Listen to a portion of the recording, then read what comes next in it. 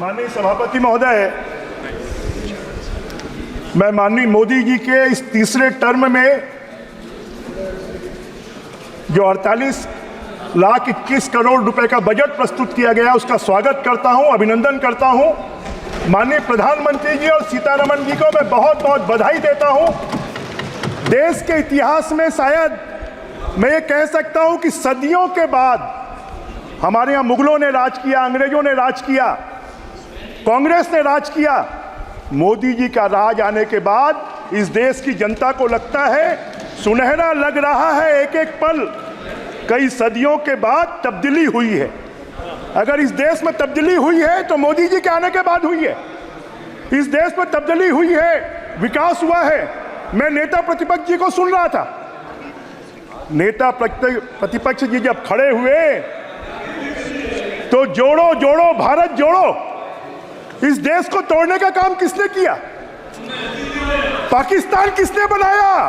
Budget पे किसने बनाया पाकिस्तान?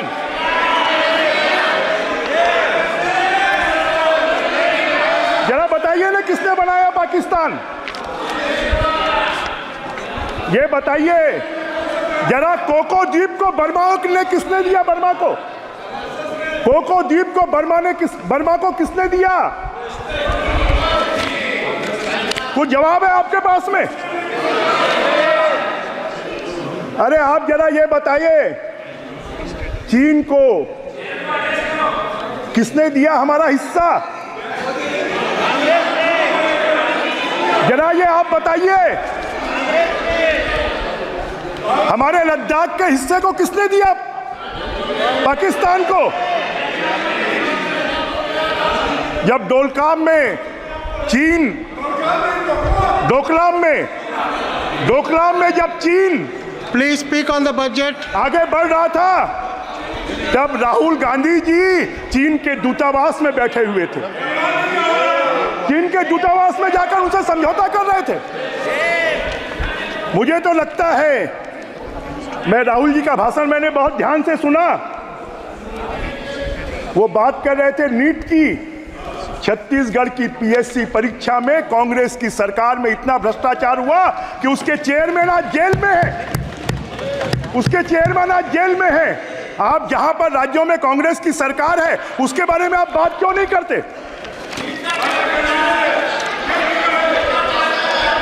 माननीय सभापति महोदय, मैं छत्तीसगढ़ से आता हूं। छत्तीसगढ़ प्रभु राम का वनगमन मार्ग है। छत्तीसगढ़ मां कौशल्या की जन्मभूमि है। छत्तीसगढ़ प्रभु वल्लभाचार्य की जन्मभूमि है। छत्तीसगढ़ से महानदी चित्तोत्पला नदी निकलती है और वो प्रभु राम वनगमन मार्ग से आने के कारण प्रभु राम वहां के भांजे हैं।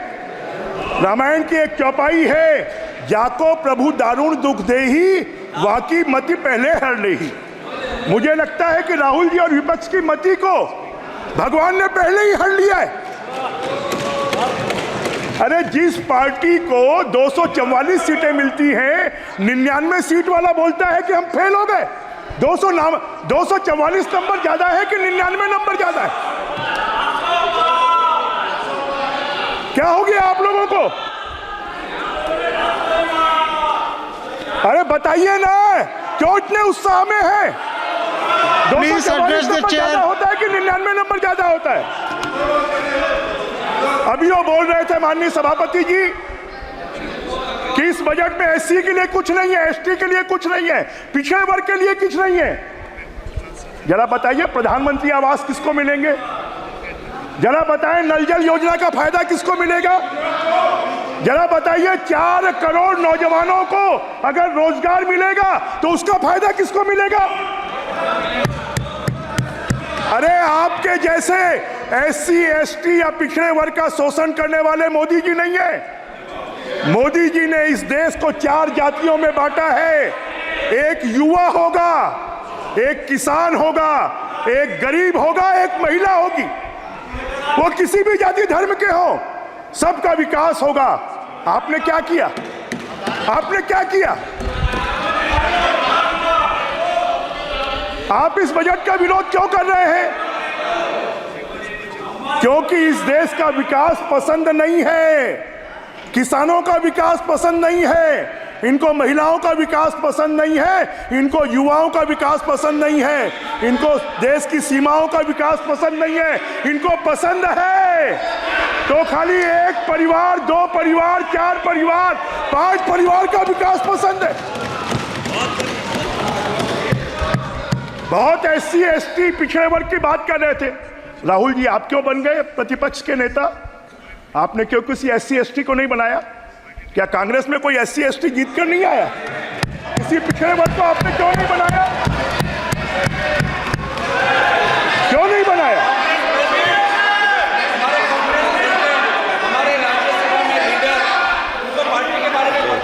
माननीय सभापति महोदय, ये बजट इस देश के 141 करोड़ जनता के सपनों को पूरा करने वाला बजट है।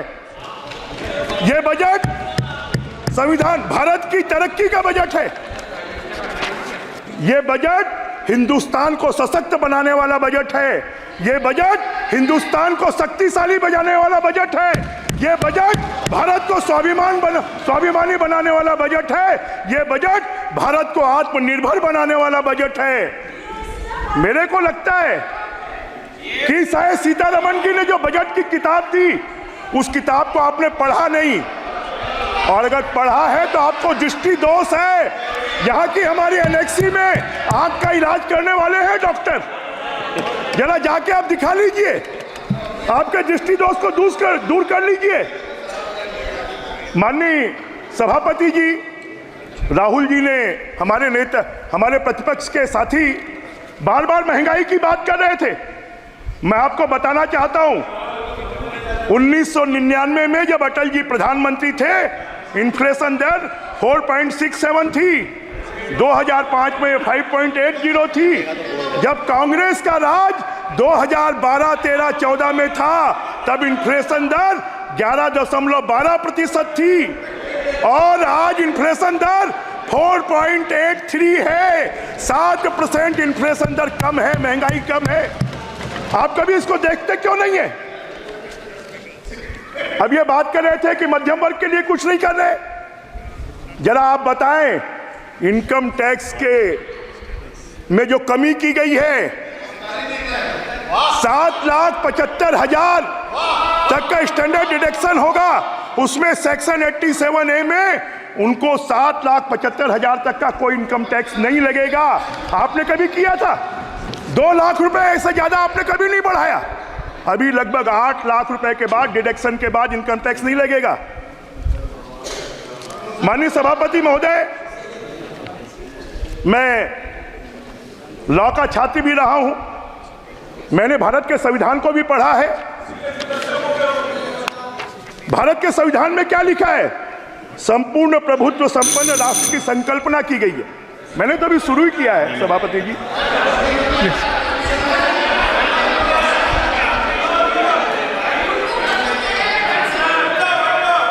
अरे चीन से चंदा लोगे, उससे काम नहीं चलेगा। Please address the chair. चीन से चंदा लेने का काम करते हो, उसके अलावा कोई काम नहीं करते हो। माननीय अध्यक्ष महोदय, माननीय सभापति महोदय, इसमें महिलाओं के सशक्तिकरण के लिए 2 लाख करोड़ रुपए की व्यवस्था की गई है। आपने कभी महिलाओं के सशक्तिकरण की बात की थी क्या? खाली SC ST।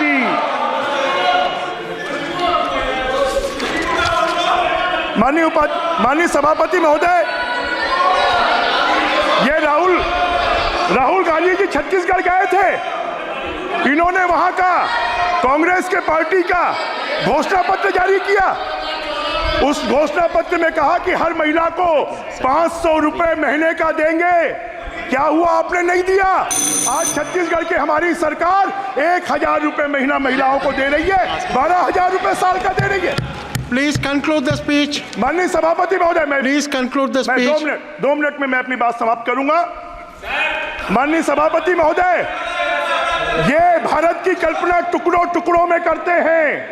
ये भारत की कल्पना पार्ट पार्ट में करते हैं। अगर टोटल में कोई भारत की परिकल्पना करता है तो नरेंद्र मोदी जी करते हैं, भारतीय जनता पार्टी करती है।